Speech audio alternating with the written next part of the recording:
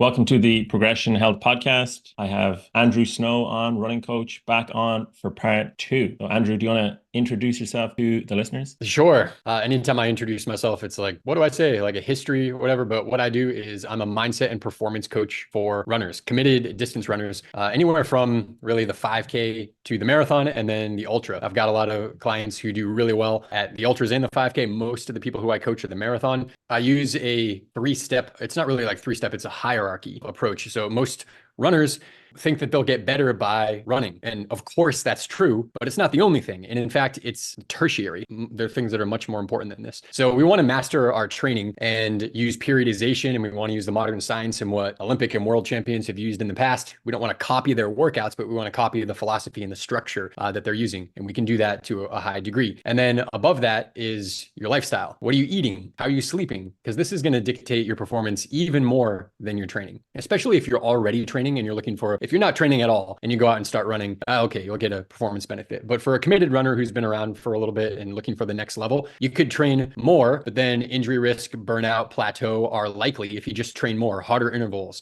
longer tempo runs, longer long runs. And oftentimes, in fact, with the people who I work with, it's almost all the time that when we work on lifestyle and we work on diet, nutrition, that's really the big one. But of course, sleep is super important. Assuming you're getting enough sleep, you want to go into lifestyle. That's going to move the needle even more. And then the ultimate limiter of your performance and your training is your mindset. And mindset is kind of a term that doesn't really do justice. I like to call it sometimes emotion set, because the emotions that you live in your training are going to govern the long-term results that you get. Often as runners, we think like, go ahead and raise your hand. If you're a runner, raise your hand if you believe that when it comes to race day for your peak race, that you can give it hell and you can push really hard and grit it out. You probably do, but so do most committed runners. So mindset isn't about how hard you can push through the pain. That's kind of like once the hay is in the barn. It's who you're becoming in the process leading up to your race. How do you show up? How do you feel when you show up? Is it enriching your life? Because if we train for a season, recover after, and need to put time into our family and all these things we neglected, it wasn't really sustainable. The way that you feel throughout your training, this is really what's going to govern your long-term success, whether you stick with it long-term, and how you respond when inevitable things come up like injury or some kind of setback, races being canceled. And we all saw that 4 years ago. And when those happen, what does it say to you? If you get injured, does it mean I can't train and so I can't hit my goal? Or depending on how you take that, how you feel about it, you can cross-train, you can work on your mindset, you can work on your nutrition, you can do strength training, you can do all kinds of, you can study the course, you can do all these other things. And so nothing will stop you, but that only comes from a place of joy, love, commitment, gratitude. If something happens and you feel like, woe is me and I'm a victim, then the same situation can happen to two different runners. One is going to excel long-term and one is going to have these ups and these downs. So that's what I help people with. It's with their training, with their lifestyle. And then why are they doing this? So that it enriches their life so that they can stick with it. So, Andrew, are you trying to sort of begin with the end in mind? We're trying to reverse engineer the goal as opposed to just like grinding, kind of getting into this unsustainable place. I actually have been talking about this recently, and even myself, it's a common trap to fall into. So do you kind of have like a sort of long-term 1,000-foot view, end in mind type of approach? Well, if you want to have anything in life, be it with your finances, with your relationships, your spiritual development, or your running, you need to know two things. You need to know what you want, and you need to know accurately where you are without hyperbole making it worse than it is or better than it is. You need to know those two things. That's your starting point and your ending point. Otherwise, what are we training for? If you don't know and it's not good enough, I mean, hey, I'm not going to judge anybody here, but I'm going to tell you, if you really want to excel, it's not good enough to say the time on the clock that you want. Because the only reason anybody wants anything, including you want that sub 3 hour marathon. I think we talked about that last time. Whatever it is, a sub 4 hour marathon, or to complete a certain race. The only reason you want that or anything in your life is because you'll think you'll feel a certain way when you get it. And so if we chase the time on the clock and you get it, but it cost you things along the way that weren't worth it, then who cares if you got the time on the clock? I want you to get the times on the clock that you want. But if we dig just like, we don't even have to go that much deeper. If we go just one superficial level deeper, if you could get the times on the clock that you want, but you're injured and that injury takes a really long time to recover from, or if you can get that time, but you hurt your health because you took performance enhancing drugs or whatever, or if you could get that time on the clock, but it cost you time with your family and finances at work, it's probably not what you want. So it's really not the time on the clock that you want. And it's the knee-jerk reaction. What do you want as a runner? And we compartmentalize ourselves as a runner. What do I want? And we name the time. But you're not a runner, you're a whole person. And so what is it that you want as a runner? And that's a different strategy that we'll use. And so you have to know what that is. And hardly anybody, including myself, this is difficult work to define what it is that you want in business or in contribution or in health, to really define it more than just the superficial bullet points. But like, how are you going to feel when you have this? How does this enrich your life? What do you want? And if we don't know that, it's really hard to bridge a gap that is a big gap. You can get a little bit better. You can train a little bit harder, throw spaghetti at the wall and hope some of it sticks. Sure. But if you want a massive level up in your performance, you have to define it. And then the second part of that is knowing where you are. So is that long-term? It doesn't have to be. One of my runners who's I mentioned in the introduction of my book here, his name's Brett. And he took off 55 minutes from his marathon in 9 weeks. It's like mic drop right there. And it wasn't like he was going from a 7-hour marathon to a 6:05. He got down to a 3:03. Pretty good by most people's standards. And he's in his late 40s. But he took off a lot of time because he was super committed to this process. He did the training at a high level, that's for sure, but it wasn't going to get that much time off. So he did a holistic nutrition shift, and he had the mindset of, I'm going to do this. I'm going to do whatever it takes. And he was committed to it because he had the end in mind. He knew what he wanted and he had a time frame for getting it. And when we have that, it's called Parkinson's law. Time will fill the amount of space that we give it in order to achieve. If you give yourself a day to clean up your house, it'll take a day. If you give yourself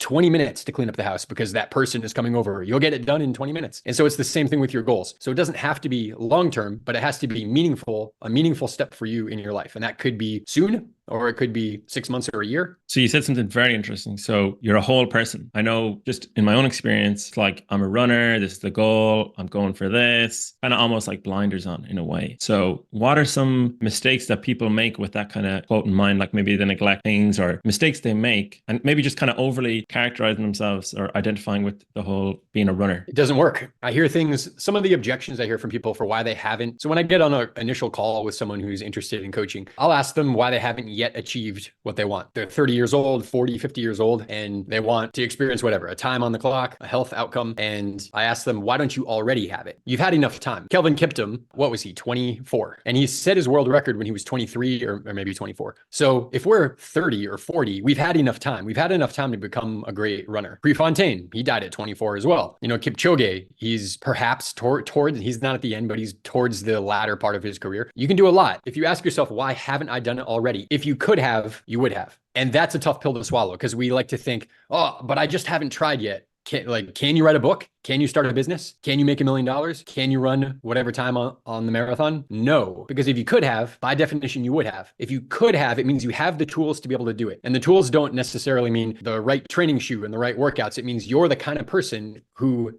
has that. You take a millionaire and take away all their money, it's not going to be long before they're a millionaire again, for the most part. Depends on how they got it. Because they have the habits, they have the mindset, they know the structure, they have the discipline, whatever it is, they have the investment knowledge, they have the knowledge, and they're the kind of person who is a millionaire. So take away the money, they're still a millionaire. They'll have it again pretty soon. So you take an elite runner, and if they're injured or something and take a long time off, it doesn't matter. They are an elite runner. They know what it takes, and it'll take them no time to get back there. I forget the initial question. So treating yourself as a whole person as opposed to overly identifying with being a runner only. Right. So it doesn't work. If you're just a runner, then, and you have a goal time that you don't have yet, you would have got it if you were the kind of person who naturally had it. So it's not the training that needs to change. The training is out there. You know that you could have run more miles. You know that you could have done a longer season. You know that you could have done more specificity. You know that you could have, but the fact is that thus far you haven't. And so just telling someone, do these workouts, do this thing, it's like, they already know that. And some people, granted, some people don't if they're new to running, but most runners, they do some studying. They know at least enough to get them probably further than where they are if they did it. So it's about changing how they're showing up. So that comes down to your whole person, not just as a runner. Why are you not showing up? Some of the common objections are, I don't have time because people work and have families. Okay, I can name a bunch of Olympians who have multiple kids and they work full time for Nike or whatever it is, and they still do it. You know, Elon Musk, that guy's really busy. I believe he schedules his days in 3-minute blocks, and he's CEO of like 4 companies now. He has the same 24 hours in a day as we do. Beyonce has the same 24 hours in a day as we do, but that girl kills it and she does it.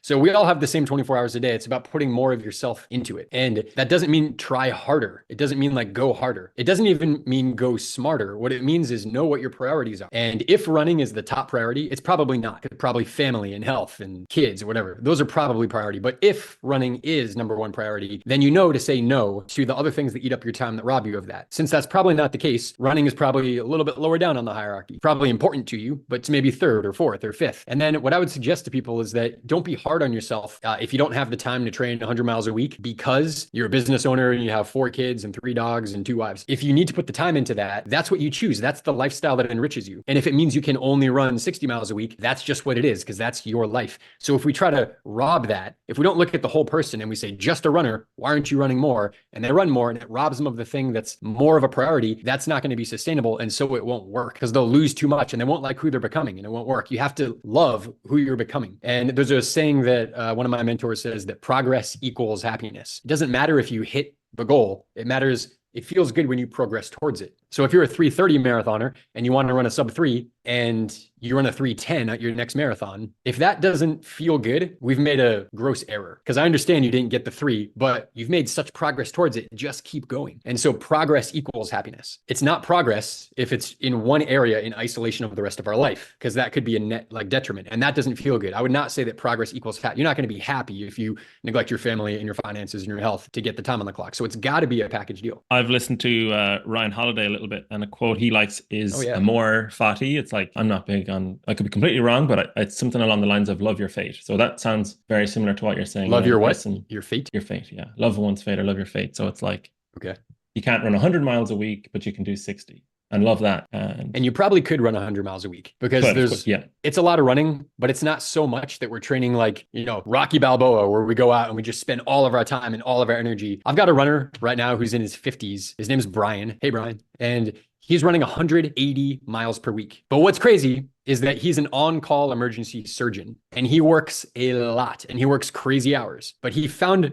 time. Granted, what he does is work, sleep, eat, and run. That's what he does because he knows his priorities. He has big goals for himself. He wanted to make world championships in the 100-mile distance for his age group, and he just did. He just won a last man standing race. We got world championships in August. So he has a big goal, and even a really busy guy. He has a family. He has a wife. He works a heck of a lot. Not at home. He's got to go into the hospital, and he still has time to run 180 miles a week. There is time. It doesn't mean one has to do that. But if we assess our life, like if we know those priorities, then everything that doesn't feed those priorities, where if our time goes to a place that doesn't feed those, then that is an opportunity to change. And we all do it. The social media scrolling, TV watching, the phone calls, or the complaining, derping, whatever it is. We waste a lot of time. I do as well. I try to minimize that, sometimes successfully, sometimes not. But to the degree that you can do that, that is like a change in yourself, in your habits, not a change in your running. You do have the time to run more and sleep more, because where there's a will, there's a way. And if really your lifestyle does not allow for it, then that's also okay, because you're living the life that you choose. You just know your priorities and then do the best that you can to not feed things that are, I wish I could give you a visual here. Probably could on a piece of paper, but like a pie chart of where you're putting your time. Yeah, not so much a pie chart, but let's actually do this. Why not? Okay, piece of paper. For anyone listening, Andrew's getting a piece of paper and a pen to... I'm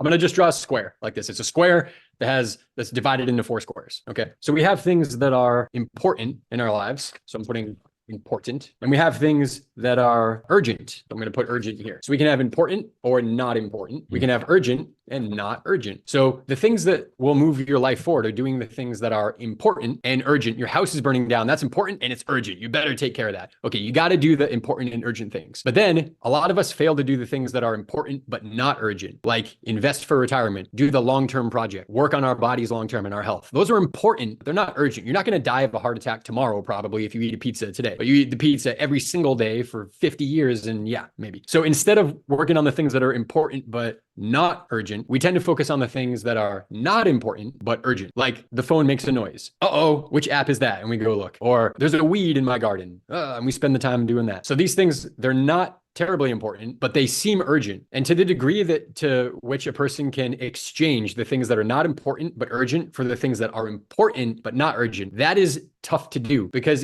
I don't know what it is, but like when your phone dings or you see a bug on the wall, you got to catch the bug. It's like these things aren't that important, but for some reason they're urgent and we have to take care of them. We think we do, but we really don't. And something that'll enrich your life in any area of your life long-term is to the degree to which you can attend to the things that are important, but not, because the things that are important but not urgent urgent, guess what? They will, over time, become urgent. Taking care of your health, important, not really urgent, until you have cancer or you're dying or you need an operation. And then it's really urgent and you have to take care of it. And those things don't really come up. To the degree to which you take care of the important and not urgent things means that load of important and urgent things, it gets less and less and less and less and less and less and less. And that'll really shape the quality of your life. Is this kind of reflection that you're referring to metacognition, thinking about, how runners are approaching their running and their intentions? Yeah. Is this something that you regularly work on with clients? Like, when you have conversations, is it constantly about how are we showing up? How could we take care of the things that lead to the run more effectively? Right. Yeah. Planning a little bit more long-term. So with your training, what's the thing, if you have a marathon coming up, the thing that's important and urgent is doing the marathon pace runs, doing the big interval runs, upping your mileage, but it's too late. Now it's urgent because you haven't been doing that for 6 months or a year or 10 years. You haven't run 100 miles a week for 10 years. So you try to up your mileage leading up to the marathon, and then you might burn out or get injured, and then you have to taper, and it's not the best strategy. I definitely work with my runners on building a foundation and really making the most of your base training. And the truth is that off of proper base training, it depends who you are, right? Virtually everybody who hasn't really peaked their fitness and become like an Olympian or something, off of just base training, you are going to set PRs in many distances that aren't specific distances. One of my clients wrote to me yesterday. He just ran a 10-mile race this past weekend, and he's training for a trail half marathon. He did a 10K a few weeks ago. He did a 10-mile, and then he's got the half marathon. And he PR'd in that 10K, lifetime PR. And then he PR'd in the 10-mile as well. But he wasn't even training for them. He's training long-term. But because he has enough time, we've been working together, 6 months or so at this point. Because he's put in the time into base training, he gets those results. You just got to be patient. We're not going to run. When I tell that story about Brett, who took 55 minutes off in 9 weeks, it's just a fun story. It's like, it shows what you can do, but I don't encourage people to really do that because injury risk goes high. It's like, you have to take much more massive action. If we slow drip this, but we build a foundation without prematurely doing the tempo run, the interval runs, the hard marathon pace runs, we don't want to prematurely do those. We want to build a foundation, and that alone will get you, if you do it long enough. So a 12-week training plan is probably not long enough. If you do that long enough, you will get the results you want based off of just that. And then the beautiful thing is that if you build that foundation, you can come back and you can sharpen it up with your support and your specific training, and you can really take it to the next level. You'll already be in PR shape, and then you skyrocket your specificity and fitness, and that's what creates a breakthrough in your performance. Yeah, I love that idea of setting a stable foundation and base before going for that bigger goal like the marathon. Speaking of long runs, so I up in my mileage, and I had my second long run, like second 2-hour long run just this past weekend. I kind of concluded on reflection that I didn't have the right intention going into it, because it was meant to be like zone 2, just this is one of your first long runs for the marathon build. Let's just get it done and keep it under zone 2, But that plan kind of just, I don't know where exactly, this is where we'll get into it, but somewhere in the build-up, that plan got thrown out the window. The run started going, and I was feeling myself, and I was like, this is, a good day to push, with no sort of prior contemplation around, I'm going to go hard today. And what was meant to be a full 2-hour zone 2 turned into like the first 30 minutes of the 2 hours was zone 2, then zone 3, zone 4 for a while, and then I just kind of little cool down at the end, back down to zone 2. So I concluded my intentions were off, my preparation was off. Do you have any kind of experience with this about how to keep the goal, keep the long-term goal, even though, I think it was an experience as well, but just how to keep the long-term goal the goal. It's okay that you did that, by the way. How do you feel? You probably feel like a badass that you accelerated more and more over 2 hours. Yeah, in the moment, yeah. And then on reflection, speaking with my coach, it was kind of just like, it was a tough run. It wasn't specific to what the base that you mentioned already. It wasn't base building, Right. Yeah. So there's this mindset, I call it humility. And the best illustration of this, there's two. Okay. So the best illustration is pacing. Most runners in a marathon, do they go out too fast or too slow, or right on? What do you think? Too fast. Everybody, virtually any everybody. race, virtually everybody. Elite runners, no, but more than 80%. Kiptoon was a pro at negative splitting. He negative split. Yeah, but he's a world record holder. So the elites don't do this. The elites even split or negative split. Or if they positive split, it's a very small positive split. But these big positive splits, that's what everybody else does. And so I call it humility. It takes humility at the beginning of a race, call it a marathon, 5K, whatever, it doesn't matter. At the first portion of your race, the first third of whatever your race is, it probably feels easy. If you paced it evenly, if you go out too fast, it doesn't feel easy. If you pace it evenly, which is the way to run fast, then it feels by definition easy through halfway, 2/3. It'll get hard later and you'll drop down, but it'll start easy. So if you start even easier so that you can negative split, it's so flippin' easy that our ego can't take it. We see people up ahead of us that we know we could be beating. We see the pacer with the 4-hour marathon sign, and we know we want to run a 3:45, but that 4-hour pacer with the sign is like a quarter mile ahead of us, and it gets to our ego. I need to be up there. I should be up there. And so we do. So we can also take that humility and bring it into our training. And most runners don't do this. The average runner who's not like just a beginner, but like the average runner who's been at it for a while, their training is pretty predictable. I can tell you, they likely are doing 3 runs per week that are quality. And then either they don't run the other days or they run easy the other days. And they're going to do a tempo run, an interval run, and a long run. And they're just going to progress it until race day. That's pretty common, right? And it makes sense and it works. But it doesn't work long term, and it doesn't work for a breakthrough in your performance. The best you can hope for with that is an incremental improvement if you don't get injured or burnt out. And it'll work 6 weeks, 12 weeks, and then good luck. You're not just going to keep doing faster intervals forever. At some point, something's going to happen. So it takes humility to not do those workouts and to actually do base training, because base training is boring. I don't want to just run easy. Okay, that's not what base training is. Base training is also a lot of strides and hill sprints and strength training and nutritional shifts and lifestyle shifts. And that takes humility, because we want to go out and kind of like feel the wind in our hair. And you can, but you run with modulation. So if your runs are like very similar, you go out for that 5-mile run and it's at a similar pace at the beginning as it was at the end every day, then it's not modulating. It's just kind of like here. So if you run very easy and then you throw in a stride, you get a lot of neuromuscular speed development and you get a lot of aerobic development. Your injury risk goes way down. It's very sustainable. You're never like huffing and puffing and burning out. So you can do it long term, and you can build the volume of easy running, and you can build the volume of strides, and you can get super fit. And it only took a little bit of humility, because it's not even true that we have to just run easy and dog it all the time. You can run easy. So if you go for a 5-mile run at whatever pace that's like moderate, if you just run it easy, you don't feel like you're working as hard. Fine, run easy, but run longer. Run 8 miles, but easy. Slow the pace down. And if you run long enough, you're still working hard.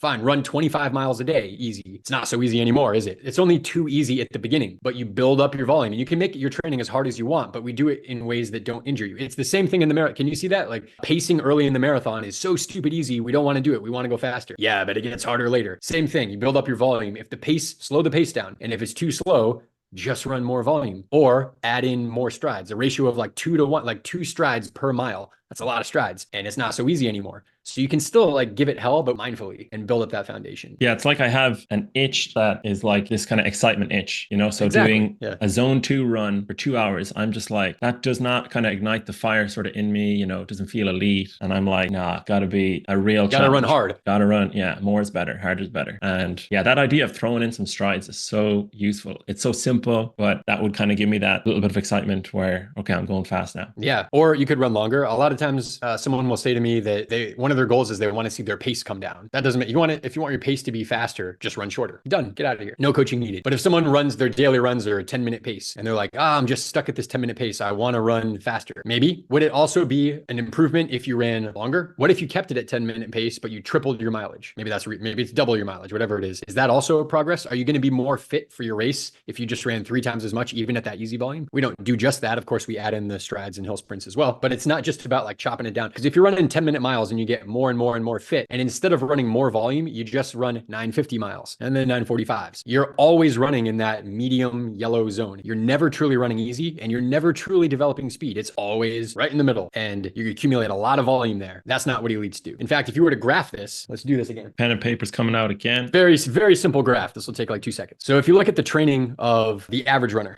it's going to look like this. Easy, E for easy, H for hard. Okay. Their training is going to look like this. They have some easy running, a lot of medium running, very little hard running. But if you look at elite runners, it's the absolute inverse. Instead of an arc like that, it's a U like this. And elite runners, they train a lot of volume, very easy, very little in the middle, and then a lot of speed development and specificity as they get close to their race. And when you visualize it like this, you can see that they're polar opposites. They're literally inverses of each other between how the average runner trains and how an elite runner trains. So slow it down, but build up a lot of volume. That's what elites do, right? An elite 5K runner even is running at least 80, if not 90 or 120 or 130 miles a week. An elite marathoner, upwards of that, right? It's a lot of volume, and a lot of it's easy. They don't neglect speed, and they do a lot of strides. Kenny Nisabekele leading into into the last Olympics, which they didn't select him for the team, which seemed insane, but he didn't know that at the time. This was like before the Olympics were rescheduled a year later. Leading into what would have been 2020 Olympics, he was doing, it was about 140 miles per week. A lot of that was very easy. He'd often run with the women's team, and he'd often be doing his warm-ups around 10-minute pace. Now, this guy can hold like a 4:30 something for a marathon, and he's running more than double that pace. But then he also got on the track every other day, and he did 30 100-meter strides at 4-minute mile pace, 15 seconds for 100 meters. That's a lot. 2 miles worth of 4-minute mile pace running every other day on top of 140 miles easy per week. And Bekele, arguably the greatest of all time, certainly a top 3 or 4 by like any way that you measure it. This guy is a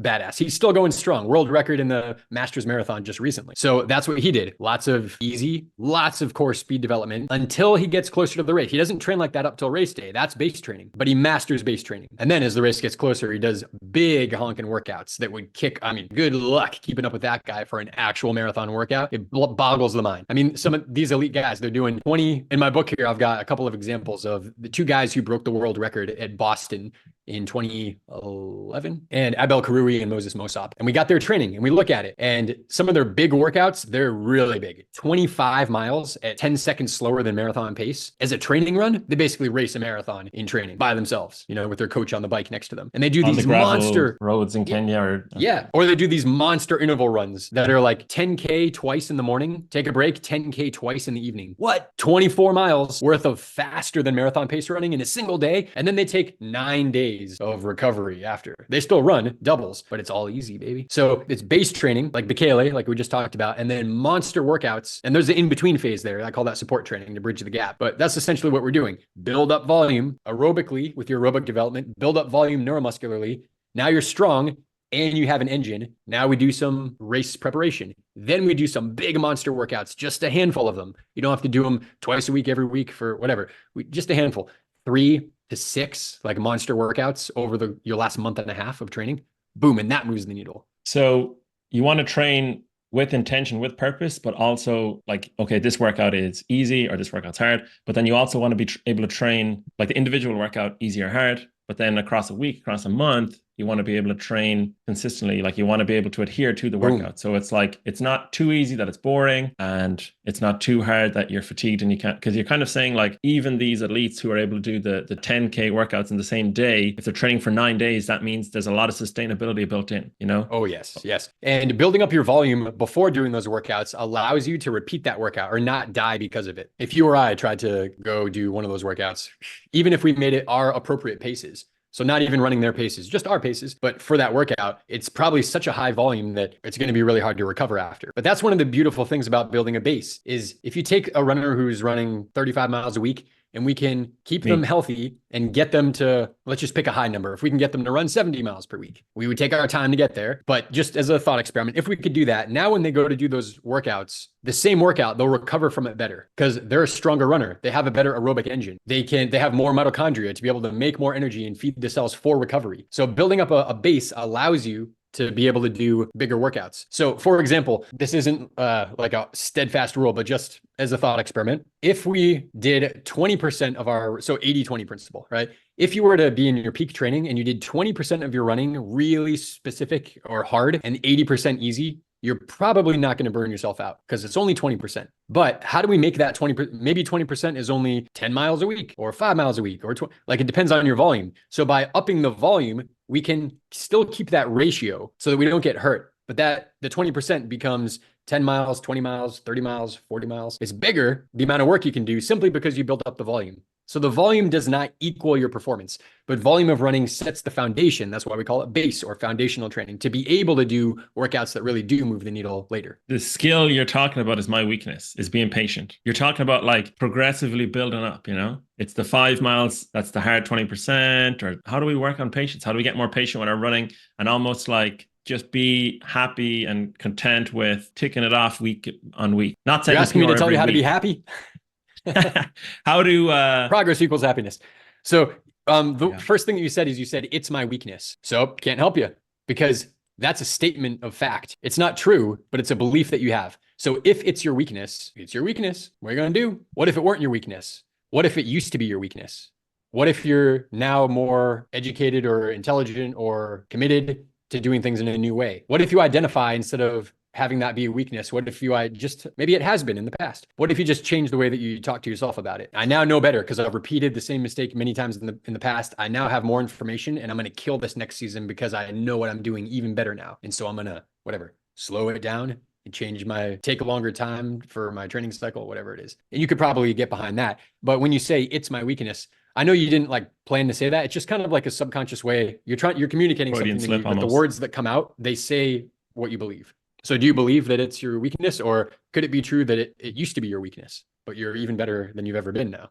Could that be true? When my training isn't effective, it's my weakness, but it's not always my weakness. Like there's definitely been great weeks and months. You're going to ruin this whole thing. You just said it was your weakness. And now you said it's not always my weakness. Aha, progress. But you see, like, seriously, which one is true? It's not always been your weakness, but that's a step towards moving towards being the person who you're striving to be. Sometimes I identify with, oh yeah, I'm impatient and I like to get things done. But if I take a step back, 1,000-foot view, I'm like, I don't want to be an impatient person. I want to be calm, have serenity, and have more faith that doing that base building, doing the right training, I know it will result in getting me progress. So the word you used there was faith. Have more faith. What would you need to have more faith in? That's a tough question. Yeah, take a second. But this is important. Like, this is where the changes starts. Faith in process, like faith in showing up, adherence to a plan, faith in getting, the right sleep, right nutrition, faith in doing my gym, faith in the work that's being done, because the work is being done. And I am a hard worker. I always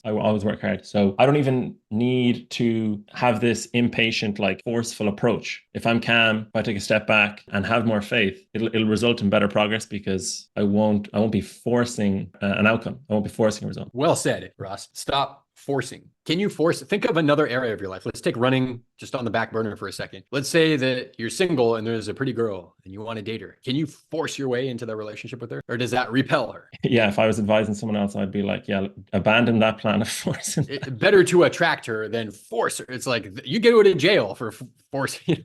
This is jail time here. So it doesn't work there. How about with sales? You have a program, you have a coaching business, you have a market that sells candy bars, and you force it. Yeah, I can think of a company that forces sales. Like they'll call me and I'm like repelled by that. I don't like forcing. Right. How about health? Can you force your health? Oh, I've got cancer. I'm going to get it out. And actually people do that, right? Because they'll use chemo and radiation. They're trying to like force it out. What about a longer term approach of an entire life, 5, 6, 7, 8 decades of even healthier choices? It's a completely different paradigm, but that's not force. So you can take the same action. Here's the key. This is mindset. I said at the beginning of this, mindset, I like to call emotion set, because you can take the same action and someone looking at you from the outside would say, oh, Ross just did that 5-mile workout at 7:30 pace. And one of those ways you could force yourself to do it. So you don't want to go out and run, you're tired, whatever. You'll force yourself to do it. And you did 5 miles at 7:30 pace. An alternative could be you still run 5 miles at 7:30 pace, but instead of forcing it, let's pick a different emotion. You joyfully do it. You choose to do it.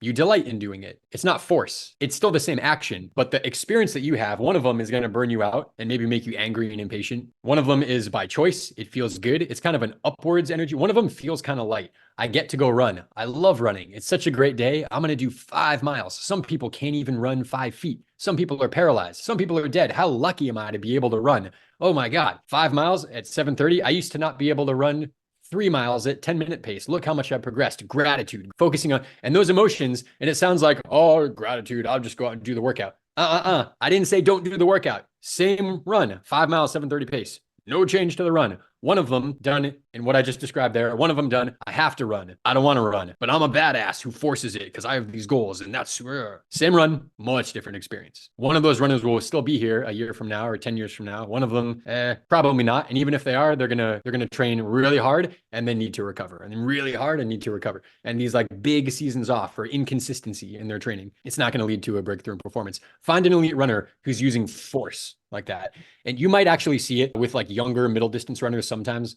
Honestly, like Jakob Ingebrigtsen comes to mind. I don't know the guy. He's a fantastic runner. Oh my God, he kicked my butt across the board. His mind seems to be like more in aggression. I don't know the guy. He also has like a lot of publicity and like fame around him. It's maybe that's not even fair to say. Andrew, would that be in contrast to Kipchoge's mindset? Absolutely. Put Kipchoge and Jakob Ingebrigtsen together, like in your mind together. they seem to be experiencing different emotions. Okay, fair enough, because Ingebrigtsen is fast. We'll see what his career pans out in 10 years, 20 years, probably pretty well. But there's just a difference. Kipchoge has Ingebrigtsen, he actually does have a world record now, but he doesn't have a world record in the outdoor 1500 or the 5000, which are, I think, probably the most important. He does have a world record, to be fair, but Kipchoge, multiple world records, multiple Olympic gold medals, huge longevity in the career. I mean, he was running in the 90s, world class on the track, sub 2 hour marathon. Golly gee. And Kipchoge, when he's at the end of his race, he's smiling. He's hurting, but he's smiling. He crosses the finish line. He brought his wife to the Ineos Breaking 2 project. His wife had never been to one of his races. He brought her there because he's going to do this big thing. And he's running for more than himself. Kipchoge, what was the theme of that race? Do you remember? I do not. It was no human is limited. Kipchoge came up with that.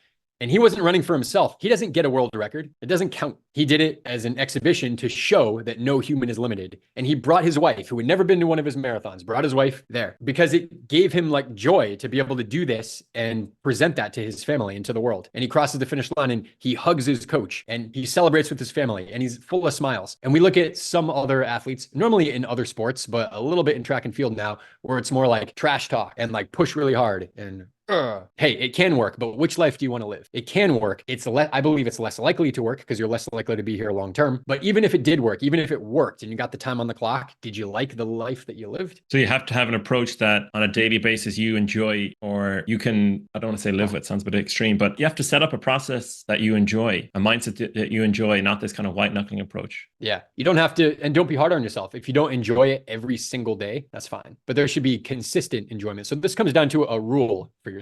So we have values, and maybe value would be being consistent, or value could be enjoying my running. Now, if you embrace that as a value and it wasn't there before, and now you embrace enjoying my running, probably a positive thing in your life. But then you want to you don't want to be hard on yourself, because enjoy my running is black or white. I enjoyed it or I didn't. And if you didn't, then it feels bad because it's like I should be enjoying it and I just can't, blah. So we want to be easy on ourselves and have rules for ourselves. I even suggest doing a workshop and writing these down. I could show you some examples here if we have time. But you might say, I enjoy my running as long as I consistently, not always, make healthy choices, progress my mileage, take care of my body, and make sure to make my running more than just about myself. Okay. Now, I fail at enjoying my running only if I consistently fail to realize the truth that not every moment of life is designed to be happy, that I am human, and that only if I fail to remember that my job is not to be perfect, it's to just make progress. Now you have a rule for yourself about it makes it easy to feel like you're enjoying. And if you didn't enjoy it, you're not hard on yourself, because it's only failure if you consistently fail to make any progress whatsoever over a long time while hurting everybody. And right, we can make these rules for ourselves and actually write them down. It's not so black or white. Did I enjoy my run today? Well, not really. I kind of had heartburn and I was tired. But you have a rule for yourself. As long as I take consistent action, that's one of them. Well, I did that. Okay. Long term, I'm going to enjoy who I become because I took that consistent action. And on a given day, it's more of a spectrum, because you don't have to have the thing that you want or not. All you need to do is move towards the thing that you want. And anywhere in that in between is okay. Like that gray area is all okay as long as you move towards it. So if your diet really sucks, you don't have to overhaul your entire diet. Maybe you should, but as long as you just add in a salad every now and then consistently, feel better. That's progress. You're still fat, you're still unhealthy, but it's getting better. You drink 5 cups of water a day or whatever, and you weren't before. You were drinking 5 beers before. Well, that's progress. You're not at the absolute, you're not healthy, you're healthier. You move towards it. So we can make rules for ourselves to just feel like we're progressing. That reminds me. So I've listened a lot to Jordan Peterson, psychologist, and he talks about he says humans are like aiming creatures. We have eyes to aim at a point. And he says that, I'm sure he gets this from somewhere else. It's not his direct research, but basically it's not about like getting the 3-hour marathon that's going to make us happy. It's seeing progress, feeling progress along the way towards the marathon. Because the issue is, he says, is when you get to that 3-hour marathon, you have another problem, which is what's the next goal? You know? Now? So it's like, what now? So it's actually, that kind of post-marathon blues, post-Olympic blues is like a really real thing, postpartum, for example. So how do you diversify the goal? So for example, for me, the goal is, and it's literally today, it's changed. So the goal was a sub 3-hour marathon. And then I just see that the demand for marathons, the majors, especially like Boston, has gone through the roof. So the qualifying times are not 3 hours anymore. It's now 2:55, 2:52, 2:51. So did they increase it again? Do you have what's your official BQ right now? It was 3 hours, but the demand is huge. It's gone up. I get what you're saying. Because of the rolling, rolling emission. Okay, I didn't know if it was officially lower. I hear what you're saying. Right. Yeah, you got to be even faster than 3. It's predicted to be lower. Right. To be safe as well. I don't want to aim for 3 get 3. And then it's like the demand is so high. Now we're making a 257 and it's just like, damn, I should aim for 255, you know? So the goal isn't the sub 3. The goal is to BQ. Well, there may be other levels to this. We'll just take it one step. Would you rather a sub 3 or would you rather get a sub 3, but not get into Boston because it was hyper competitive? Or would you rather get a 301, but you did get into Boston? And it's funny because then there's Chicago, which is quote unquote nicer marathon to run, you know, the weather, the course itself, there's less history. So it's tough. I'm not sure. But which one of those would you prefer? The faster time, but not get in, or the slightly slower time, still a good time, but you did get in? I think sub 3, it's really close, you know, but sub 3 as a standalone goal. I hear you. 259.59. Okay. You told me that your goal just changed. The hallucination that I have is that it was sub 3 and then you made it 255 today. Did you do that in your mind today? So what I mean is that if I aim for 3 hours and I fail or I fall short, I'm going to miss. So my kind of like way to hit the 3 hours, sub 3, is aim for like 253. I'm going to sort of outsmart the goal. Maybe this is not even realistic, but it's like aim for 3 and I miss, and then aim for 253 and I miss, and I still get sub 3. Okay. Go a step beyond the goal. Yeah. So you're trying to trick yourself. Hey, fine, go ahead. What does that mean though? I'm really curious about this, because what does that mean on race day? Does it mean train for a 253? Or does it mean train the best you can and on race day go out at 253, knowing that you're probably going to blow up and at least you'll get sub 3? Train for a 253. So what that means is like, so breaking it down, instead of trying to get a sub 90-minute half, it's like get a sub 84-minute half, for example. Okay. Or instead of getting a sub 40-minute 10K, it's like get a sub 38-minute 10K and so on down to a 5K, you know, or a mile, or, you know. Okay. And those check marks have to be hit before going for the full marathon. I can't just be like, yeah, you know, I got a sub 90 half and I'm just gonna, you know, hope for the best and, you know, head out there on race day. It's like, that is, to me personally, having seen so many people not hit sub 3, that's guaranteed to fail. Are you open to some feedback on this? I've heard an incongruency here. Yeah, okay. Totally. About 10 minutes ago, you said that you were talking about your weakness, and I asked you, what would you need? And you said to have faith in the process. Faith process. You told me that's what you need. But your plan is to train for a 253 without faith that it's going to work. You actually believe that it's going to fail. It'll just fail beyond the 3-minute mark, the 3-hour mark, so that you'll get the thing you want. So you want to have faith. So you're going to train in a way where you don't have faith that it's going to give you, if you train for a 253, you should get a 253, but you don't believe it's going to work. There's not faith that it's going to work. There's faith that it's not going to work. But if you shoot big enough, when you fail back, you'll hit the goal you really want. So there's an incongruency there. I hear what you're saying. It's awesome. I'm not like picking on you here. I just am highlighting 2 things that you said that don't mesh. Is training for a 253 thinking it'll probably fail and you'll run a 258? Is that faith? I'm not leading you here. Maybe it is, but to you, is that faith? I think it's definitely less faith than training for 259.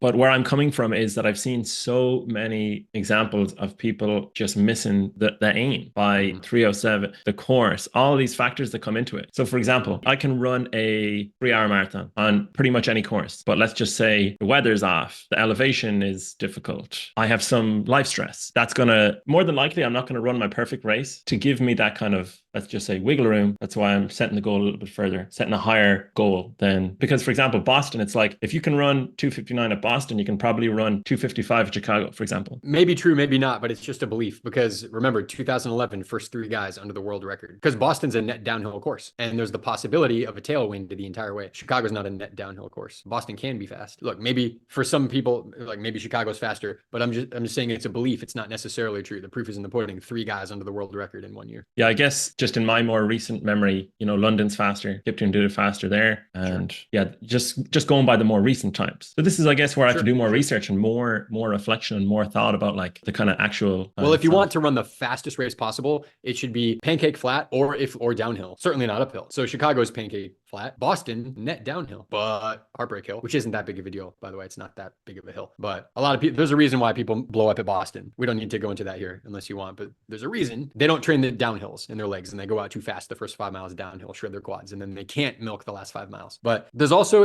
I'm not hearing that clarity, because you're defining success as failure. I'll fail at the 253, but be successful because I ran under 3. It's interesting. The plan is to fail, but I don't think you really think you'd be failing. You'd still feel good. So it means that, is that true? You would still feel good. It's not a failure. If you trained for the 253, but ran a 258, is that a success? Oh yeah. Okay. So if that's true, then the incongruency comes in the training, the mindset in the training, not the racing. And it comes in saying that you're training for a 253, because you're not. You know you're training for the 258. Why do we say we're training for the 253? It's not semantics. It sounds like, oh, who cares? Just do the harder training. No, it really matters, because like, what do you believe you're going to do? If you don't believe that you can break a 3, you're not going to do it. If Kipchoge didn't believe he could break 2, And the world record at the time was like high 201s. It's way faster. He knew he could do it. There was no plan B. He knew he could do it. So he did it. It's almost like a lie I'm telling myself. I'm like, I'm trying to break 3, but I'm going to aim for 253. That's the lie right there, because you're not really aiming for 253. It's a fear of not breaking 3. I'm like, the first time I'm going for it, the first time I'm going for sub 3, I don't want to experience the pain that everybody, I feel like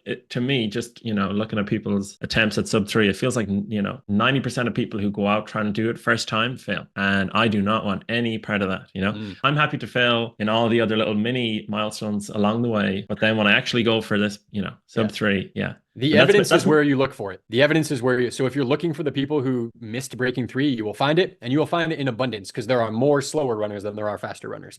You can also look, what was Kiptum's debut marathon? Oh, first marathon ever. It's like 2:04 or something. No, it was fast. He ran the second fastest time ever. He beat Bekele's time. It was it was the second fastest marathon of all time. It was like high 201s, because the world record was what, 201:39, I think. And he ran was it Valencia? I don't remember where it was. His debut marathon was, I believe, the second fastest in history. And it might have been the third fastest in history, but debut marathon at age 23. I'm just using that as, now that's like, I'm going extreme here. Okay. That was Kiptum. But the belief of people who go for the sub 3, 90% miss it. What about Kiptum? He's Kiptum. But there's loads of runners who go for the sub 3 and do it. Loads. Everybody who's under 3, which is tens of thousands of people, hundreds of thousands of people, they all went for a sub 3 and they got it. So the evidence is there to support that you're right. There's a metric ton of people who want to break sub 3 and they get close and they miss it. There's a ton. There's also a ton of people who want to break 3 and they do it. And they break it by a lot. They run 250 or 240 or 230 or 220, 210. There's a lot of debut marathons that are way under 210. There's like some debut marathons that are like 206, 204. Debut. So the evidence is there to argue both sides. They're both true. So what you're saying is true. I'm not telling you it's not true. It is true. Okay. It's also true that a lot of people decide to do it and do it. It's not exclusively true. So which one do you focus on though? If you focus on the people who failed at it, you kind of join that tribe and you kind of expect you're going to fail. Okay. In my book, did you read my book? Not yet. Okay. No problem. There's a chapter in here called Kyle Sucks. It's chapter 4. It's called Kyle Sucks, How Your Mind Can Sabotage Your Race. Poor Kyle. And I tell a story in there. Kyle, who's Kyle? I used to do Taekwondo for 15 years earlier in life. I don't do it anymore. And I was at this tournament and this was like, a lot was on the line. I was on a team and we were doing a team competition and it was neck and neck for first place. And there was no award for second place. Either you win or you don't. It was neck and neck. And it came down to me on my sparring. If I won, the team would win. If I didn't, I'd lose and the team would lose. There was a lot on the line. And I made it to, I don't remember if it was the first, second place match or the second, third place match, whatever. I had to win that match and I would have placed. And the person they put me against, his name was Kyle. And this dude, he got eliminated in like his first round. And so he's not eligible to move up the ranks, but somehow they didn't track him. And they're like, oh, we don't have you on our paper here. Let's just put you in here and see how you do. And they put him in. And then him and I are facing off for either first place or second place. I can't remember. And we go to fight each other. And it's like out of a freaking movie, like Karate Kid. It's like, it's tied 2-2 and third point wins. It's literally like the most dramatic thing in my life at the time. And all my teammates are watching me and they're rooting for me. And I felt the pressure. I have to. There's fear if I don't. I'm like, oh shit. If I don't win this, they're going to be disappointed and he's going to be disappointed. And my mom is there and my dad is there. And oh no. So then I felt like a victim because I'm like, this shouldn't even be real. This kid should have been eliminated. We shouldn't even be doing this stupid fight. And my mind is on, it's unfair. I'm a victim. I'm in fear. And you know what? I knew I wouldn't have said it, but I knew that I was going to lose that match. Because when you're in those emotions, fear, you know you're going to lose. Apprehension, trying to avoid, trying to push to make something happen, you know you're going to lose it. There's like a part of your spirit, your soul. You know exactly what I'm talking about, don't you? In other areas of life, you just know when you're going to fail at the thing, even though you say you're confident and you do the actions and then you're not surprised when you fail because part of you expects it. A subconscious expects it that you'll fail. And that's driven by fear. If we're in fear as opposed to love, you're going to feel just way different. You can take the same action, right? I could have fought that kid out of love. This kid, I'm so glad he gets another chance. Too bad he's up against Andrew Muffafuffin Snow because I'm going to beat his butt. That's okay. I'll take him out for a milkshake after. Let's go, baby. And play around with him and tease him and be like, haha, you're eliminated. You have no idea what, ooh. Like if I had a playful attitude or a loving attitude or just love towards my team members, it wouldn't have mattered. But I was distraught. I cried. I remember crying. I'll let myself off the hook because I was like 14 or something like that, or 13 or something. But I was upset. And this kid was so happy. So anyway, that's a story to talk about if you're driven by like wanting to avoid something rather than wanting to include something. This is law of attraction. There's a big difference between people say, who doesn't want more money, right? Why do you want more money? I don't want the IRS knocking at my door. I just want to be able to pay my bills. I just don't want to be poor anymore. Good luck. Law of attraction frame. It's not going to work because what you're saying is, I don't want to be poor anymore. I don't want to look at my bank account and feel negative. I don't want to not have to go on vacation. I don't want to have to work this job anymore because I hate this job. Stupid job. Why can't I just have the money? And most of those people don't ever get the money. But when we turn, it's not about, I don't want this. When it's about, we turn around. What do I want? So in your running, what do you want? Yes, sub 3. But why do you want sub 3? How are you going to feel when you get it? I'll feel this. I feel like I overcame this. It means this to me. What does it say about where I'm going in life? What does it say about my creator and the purpose of this life? What does it say about what I'm capable of? And you focus on those and you focus on those and you focus on those. And then here's the key, is all of those things that you say, whatever those are for you, you choose to experience them now before the gun goes off, before you choose to experience them. So you become the overcomer and the action taker and the person who's like full of love and full of gratitude. And you're like celebrating it before you even get there.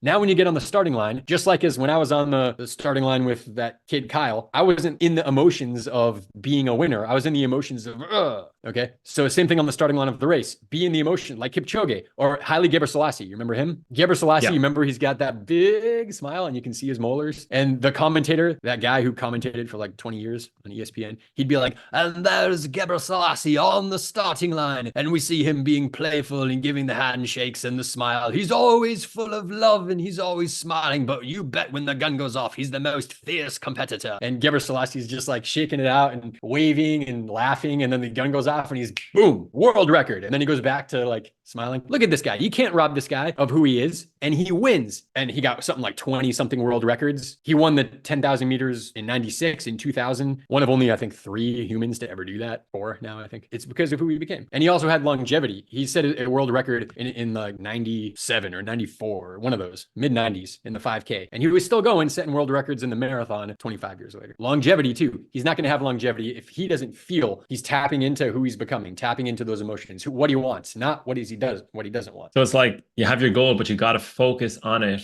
and choose. It's almost like actively, almost like on a daily basis, like choose the goal. It's like, because the fear of failure could be a driver, but it's almost like a trick. Oh, the fear of failure is pushing me, but it's actually almost you're almost choosing to fail by focusing on it. Whereas if you choose the goal, the 3-hour goal, I'll start to take actions that will bring me closer to that goal. You said it exactly right there. You said that when you focus on avoiding the thing you don't want, you focus on it and you become it. That is law of attraction. By definition, it's you get what you focus on. Tough to do. You don't even have to answer this here, and perhaps you don't even know the answer yet, but like take this and let it brew for a little bit.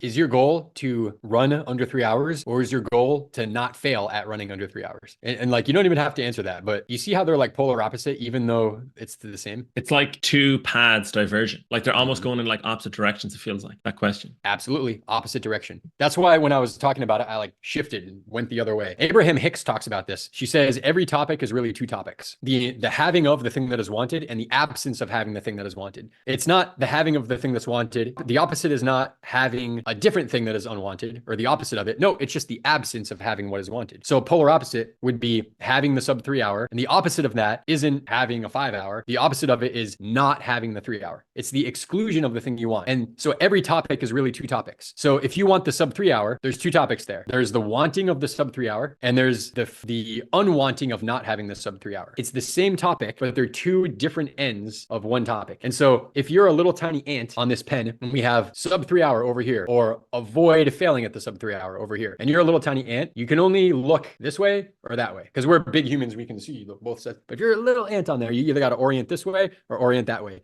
Whichever one you look at is the one you'll get. So if we try to avoid, you're looking at the pen this way. You're looking at the pen this way. You're the ant facing this way. You're looking at avoiding it, and that's what you will have. Flip around and look this way. It's the same topic. Most people don't want health. They want to not have bad health. That's why they abuse their body until something happens, and even then continue to abuse their body. But when do people make meaningful lifestyle changes with their health? It's like when they get obese, when they get diabetes, when they get cancer, and now, we can't have this, and they want to get rid of it. Never was their goal health. It's just now that they're sick, their goal is not sick. That's different from health. Had their value been health, they never would have got. You never know what's going to happen, but unlikely. It's such a subtle difference difference. We've been talking about this for a while here. I think it's awesome that we've gone like so long on that topic right there because it's so subtle, but it is the difference. Yeah, it's almost like your aim that is guiding you in so many different ways. And I wish we could keep going and talk about it more, but that is all the time we have, Andrew. And this has been great. Thank you so much. Woo, there's so much stuff that we could talk about, and that just like it goes where it goes. But I enjoyed that. Thank you. Thank you. I enjoyed it immensely as well. Is there any final message that you would like to leave listeners with? Yeah, I'm trying to make it relevant to what we talked about.